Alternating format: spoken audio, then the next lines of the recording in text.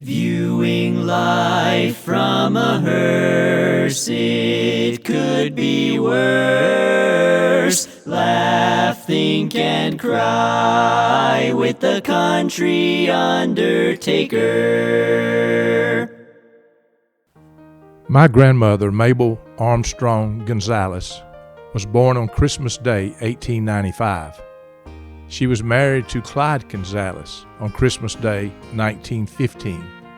She died on July the 4th, 1989. Life's significant dates for her were significant for all of us.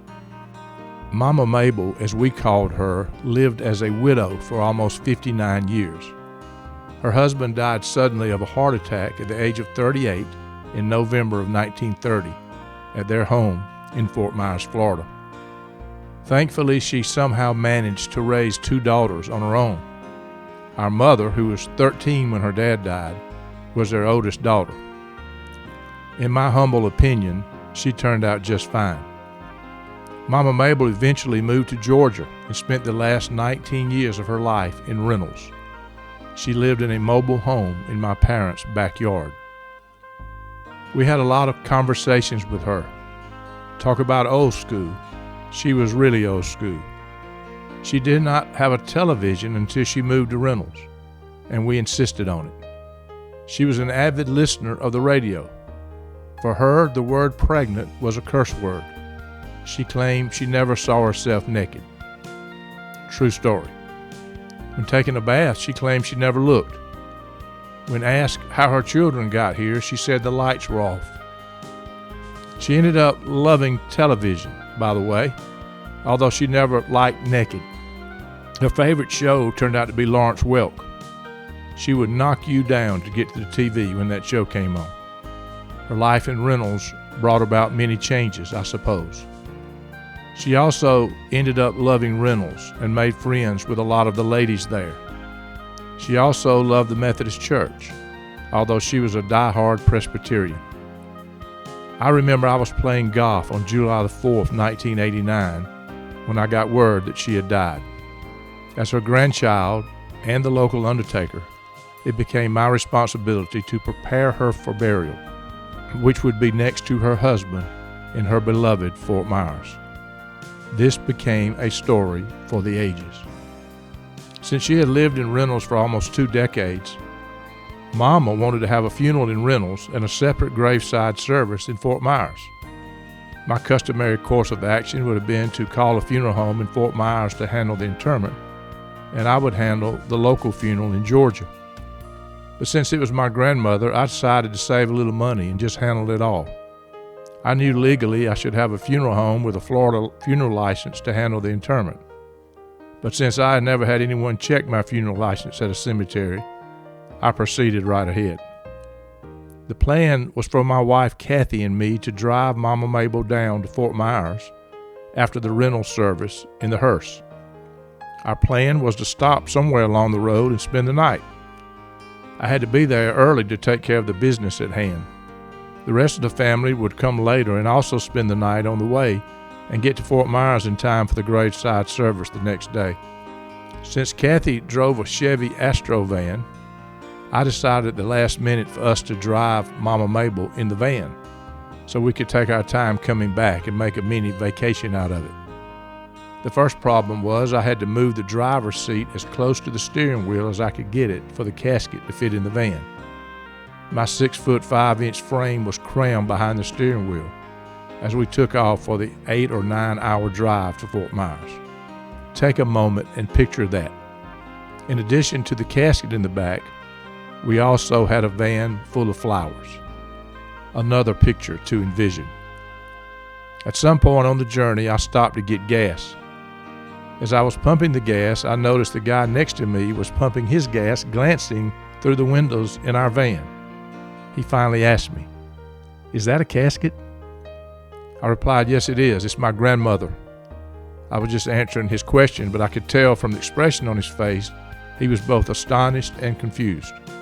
To help him, I added, "It is much cheaper this way."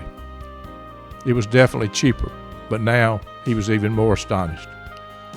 Later that evening, we stopped at a drive-through fast food place to get something to eat. At that point, our plan was to stay in a motel on that exit. I asked the lady at the fast food window how far we were from Fort Myers. She said we were less than 2 hours. We then decided to drive on to Fort Myers so we would not have to get up so early and drive the next morning. Mind you, we had no hotel reservations and a dead human body in the van with us, and our estimated time of arrival in Fort Myers would be somewhere after midnight. When we finally got to Fort Myers, I saw a motel and pulled in. The front lobby looked okay from the outside. Kathy stayed with Mama Mabel while I went in to see if they had a room. They did, and I checked us in. As we were driving around the motel to our room, the place looked really rough. I remember Kathy stating rather emphatically, "There's no way I am staying at this place." I agreed, but told her I had to use the restroom. I decided to go in our room and take care of that business. I again left Kathy in the van with Mama Mabel. My bathroom trip took longer than expected, and Kathy was getting worried. As I was opening the motel room door to come out, Kathy startled me as she had just walked up to the door. Her question was, "What in the world have you been doing?" I won't tell you what I told her. As we went back to get in the van to look for another place to stay, there was another significant development. Kathy had locked the keys in the van with the engine running. And yes, Mama Mabel was in it. We were now forced to go back in the room. I found a phone book and looked in the yellow pages for a locksmith. I called and thankfully he answered. I found out quickly calling a locksmith to come to a cheap motel at 1 a.m. is anything but cheap. About an hour later, he showed up. I walked out with him. Kathy had decided we had no choice at that point but to spend the rest of the night in this room. It did not take him long. He opened the door. I turned the van off and took the keys. As I was paying him, cash only by the way, he asked another interesting question. "Is that a casket in the van?" By then I was really tired and frustrated, so I gave him a tired and frustrated answer. "Yes, that's my girlfriend." About that time, Kathy opened the door of the motel room. The locksmith looked at her and then at me. He took the cash and left with no more questions. The next morning, I had to go downtown to pay for the opening and closing of the grave and the vault. I had planned all that ahead of time. What I did not plan or think about was Mama Mabel had to ride with me, along with all the wilting flowers.